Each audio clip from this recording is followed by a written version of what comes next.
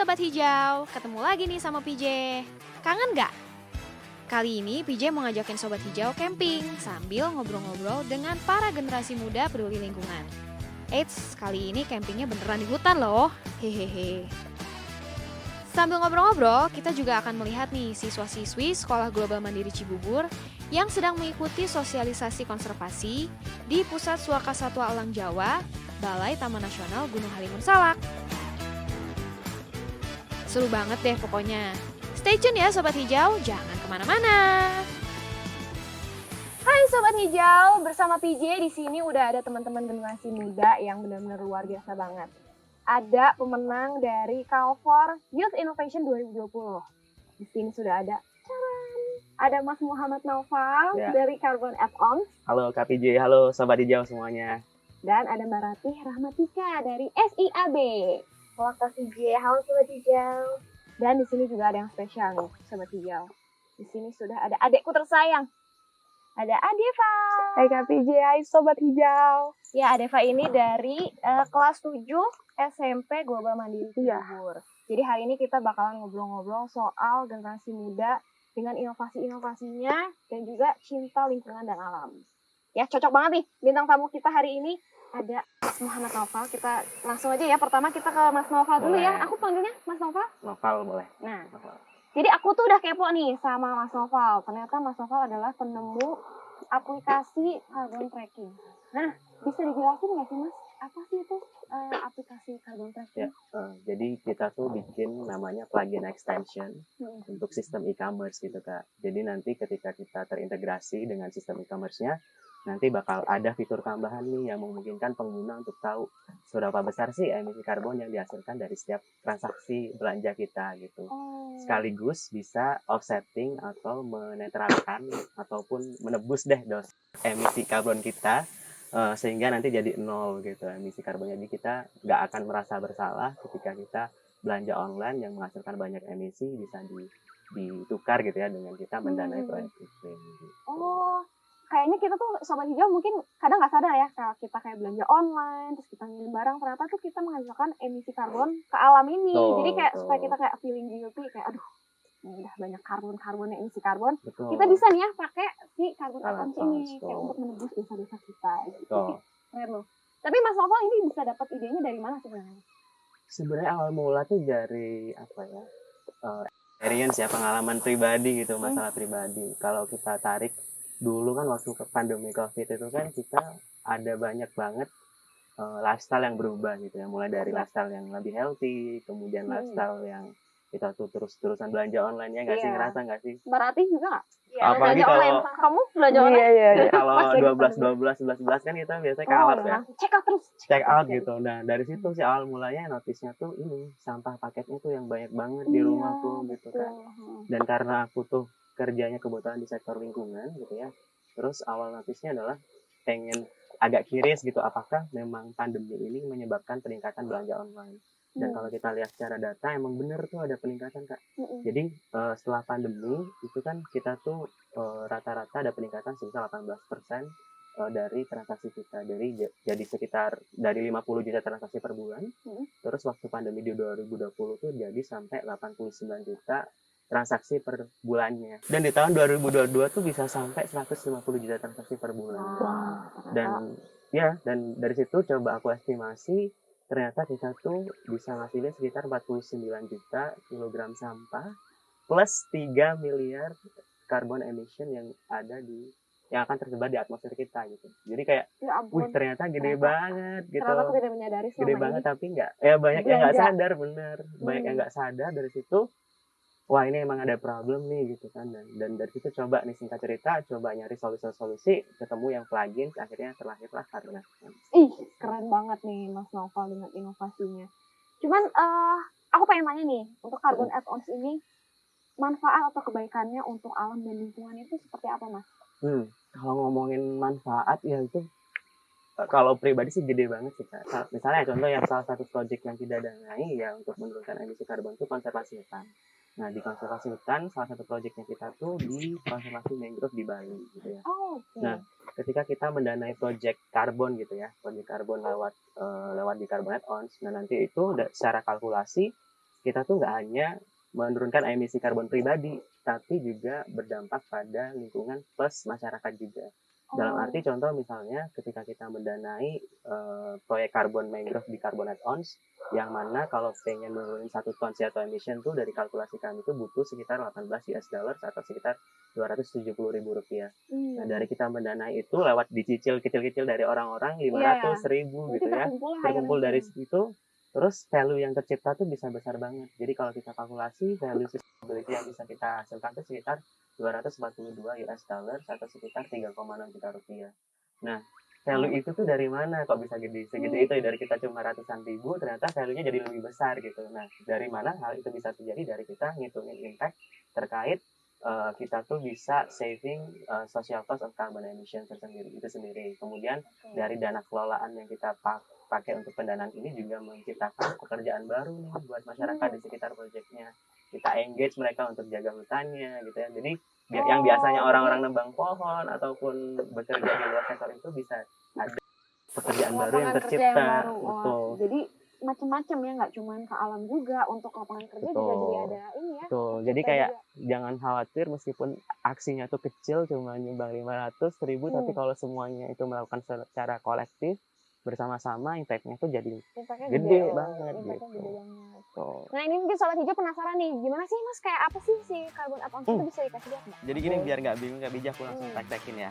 Jadi ini salah satu mitra kita yang udah kerjasama dan install plugin kita, salah satu aplikasi pengiriman barang di Jabodetabek. Kita cara pakainya sih gampang banget, tinggal pesan layanan pengiriman seperti biasa. Boleh.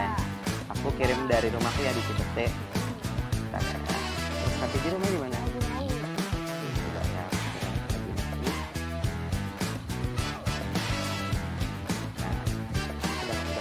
Terus tinggal kita detailin, masukin alamat pengiriman dulu gitu kan. Dan aja. Iya,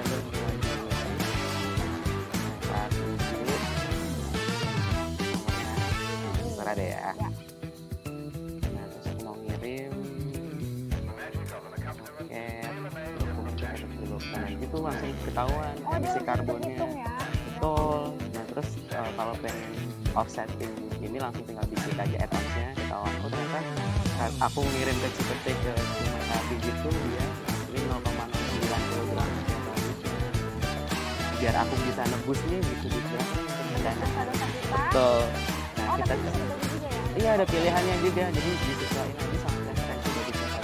Misalnya kalau dia makanan ya udah bisa dipilih 20%, 50% atau even pay as you wish itu bisa, kalau berapapun bisa. Jadi tinggal klik misalnya oh aku jadi oke lah tambahin offset terus langsung bisa tambah. Jadi selain kita bayar dari bisa bayar dampak emisi karbon yang kita hasilin. Terus tinggal nunggu aja, tinggal diklik-klik nunggu aja, terus kita yang eksekusi di Carbonite Ons untuk memastikan pendanaannya KPJ itu benar-benar dipakai untuk pendanaan proyek iklim. Gitu. Jadi aku bisa cek langsung dicek di impact dashboardnya kita. Gitu. Keren banget nih Mas Noval, inovasinya benar-benar membuat dampak positif buat lingkungan dan alam. Nggak cuman ini ya, nggak cuman Mas Noval. Abis ini aku mau download nih Carbonite Ons kalian juga. Boleh, jangan lupa langsung ya. Siap. Nggak cuma Mas Noval yang punya inovasi yang keren, di sini juga ada Mbak Rati, ya. Mbak Rati aku udah kepoin nih, Mbak Rati ternyata penemu IoT Water System Management yang bisa mengatasi permasalahan air bersih dari hulu ke hilir. Ih, keren banget loh, ini anak-anak muda zaman sekarang ya. Kamu kayak superwoman loh, Mbak. Itu gimana sih, Mbak? SIAB itu siaga air bersih itu bisa diceritain nggak ke kita? Oke, jadi siap sendiri itu kita punya hardware nih, kebetulan aku juga bawa. Di bawah nih. Jadi kita ada hardware dan software yang saling terintegrasi nih untuk memonitoring kualitas air, mencatat konsumsi air, gitu. Bahkan juga bisa filtrasi air juga seperti itu. Nah, jadi kita itu memonitoring kualitas air mulai dari pH, suhu, TDS, kekeruhan, BOD, COD, beberapa parameter fisik. Dan juga kita ada alat untuk menghitung konsumsi air kita nih. gitu. Jadi mulai dari volumenya, biaya air, tagihan seperti itu. Wah, bisa ini ya. Kita bisa tahu tagihannya berapa Ya, gitu ya. secara real time, dan itu bisa Oh, diakses di softwarenya Siap juga gitu, di siagaairbersih.com, dan masyarakat pun bisa mengetahui gimana sih rata-rata kualitas air yang ada di lingkungan mereka gitu. karena kan kita kalau misalnya cuma kasat mata nggak ketahuan ya. Iya. Maksudnya lihat air yang ada di rumah kita apakah udah bersih, kandungannya seperti apa. Jadi benar-benar terbantu dengan ada software dan hardware-nya juga ya, Iya, Mbak ya. betul. Nah ini Mbak Ratih ya bisa dapat ide ilham ini bisa bikin kayak gini tuh dari mana sih Mbak? Oke, sebenarnya ini inovasinya udah aku kerjakan saat kuliah juga. Nah, karena aku dari Solo, kebetulan dulu tuh di Solo itu ada banjir gitu loh setiap tahun dari Bengawan Solo, dari Sungai Bengawan Solo. Nah, airnya tuh keruh, jadi masyarakat kayak mau pakai tuh bingung, ada Takut juga ya? keresahan, takut. Nah, makanya terus dari masalah masyarakat itu timbullah inovasi untuk membuat sebuah teknologi di mana masyarakat bisa secara transparan ya mengakses kualitas air dan konsumsi mereka itu secara real time. Keren banget nih. Mbak Ratih, kalau misalnya penemuannya Mbak Ratih nih, kebaikan atau manfaatnya untuk alam dan juga lingkungan nih apa nih Mbak? Nah, sebenarnya kalau untuk manfaat untuk alam itu dan lingkungan itu kembali lagi juga ke kita, karena kan air kebutuhan primer ya, semua pasti butuh air lah ya.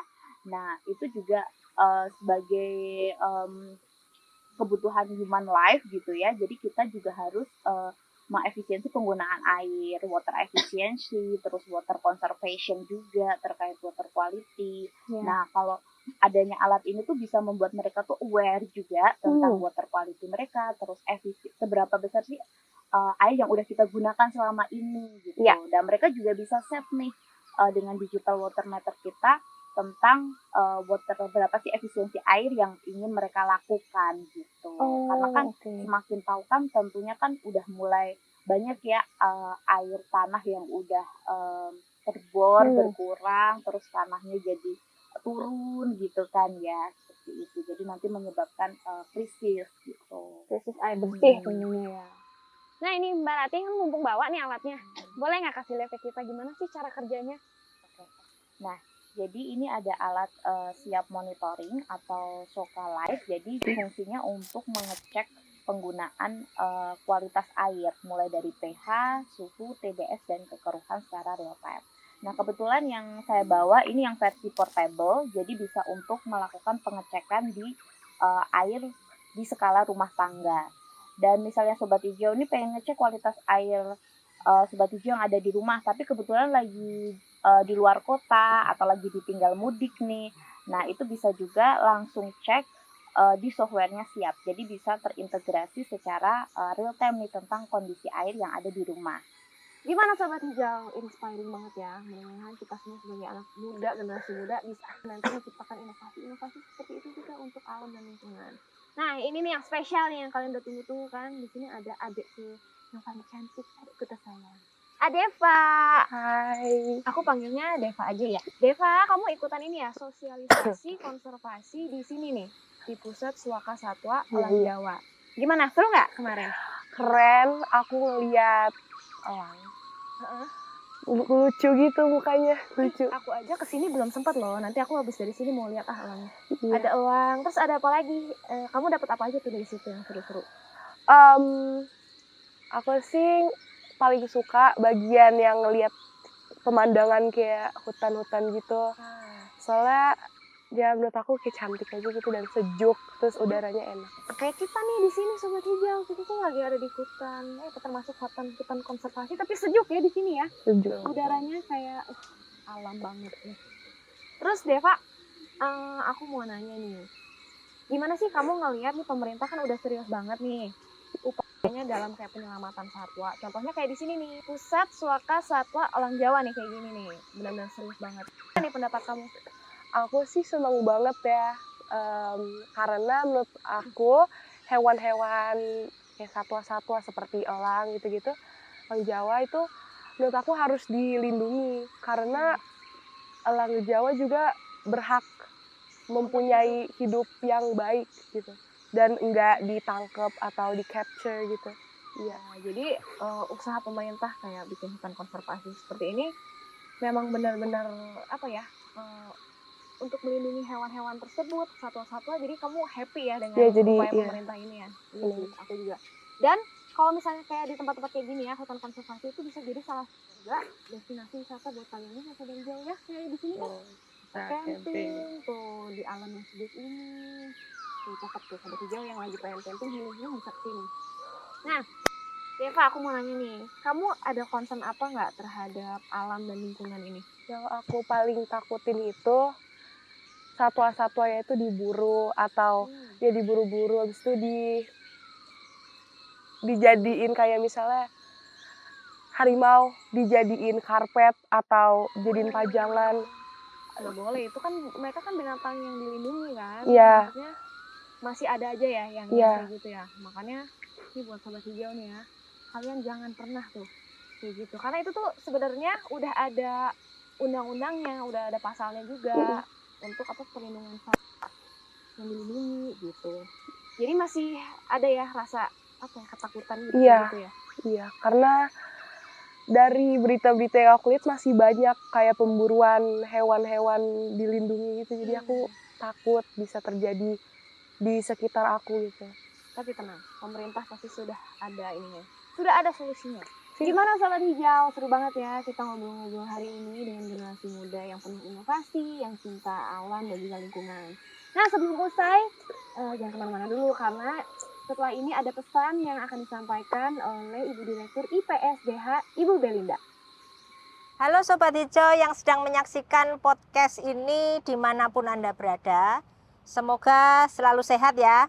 Nah, sebelumnya saya ucapkan terima kasih kepada seluruh pihak yang telah membantu sehingga podcast ini dapat terlaksana dengan baik, terutama pada generasi muda yang luar biasa. Sobat Hijau yang saya cintai dan banggakan, tadi telah kita simak obrolan menarik bersama dengan generasi muda inspiratif, yaitu Muhammad Naufal dari Carbon Add-on, kemudian ada Ratih Rahmatika dari Siap, dan juga Ananda Adeva dari Sekolah Global Mandiri Cibubur. Mereka adalah contoh anak muda yang semangat dan berinovasi untuk menyelamatkan hutan dan lingkungan. Sobat Hijau, saat ini inovasi teknologi memang sangat dibutuhkan dan telah menjadi game changer. Aplikasi teknologi bidang lingkungan dan kehutanan juga mampu berkontribusi pada peningkatan pendapatan, mendorong ekonomi sirkular, dan meningkatkan efisiensi pemanfaatan sumber daya alam. Sobat Hijau, di Indonesia sendiri, Kementerian Lingkungan Hidup dan Kehutanan telah melakukan berbagai inovasi teknologi, termasuk pengembangan informasi berbasis aplikasi digital. Di antaranya adalah Sistem Informasi Geospasial atau SIGAP KLHK, Sistem Penerimaan Negara Bukan Pajak secara online atau Simponi, dan Sistem Monitoring Hutan Nasional atau Simontana, kemudian juga AMDALNet. Persoalan sumber daya alam dan lingkungan hidup serta kehutanan Indonesia sangat kompleks dan memerlukan atensi serius semua elemen bangsa, termasuk generasi muda. Untuk itu, Sobat Hijau, hal yang cukup menggembirakan adalah concern generasi muda di tengah-tengah masyarakat dalam berbagai bentuk partisipasi. Misalnya vlog, medsos, donasi, kegiatan lapangan, advokasi masyarakat, juga advis-advis kebijakan. Generasi muda potensial untuk membangun dan menjaga lingkungan hidup. Rasa cinta generasi muda pada alam sekitar juga merupakan perwujudan nyata serta rasa syukur pada anugerah Tuhan yang amat bernilai ini. Jadi Sobat Hijau yang saya sayangi, sekali lagi saya ucapkan terima kasih kepada semua yang terlibat dalam podcast ini.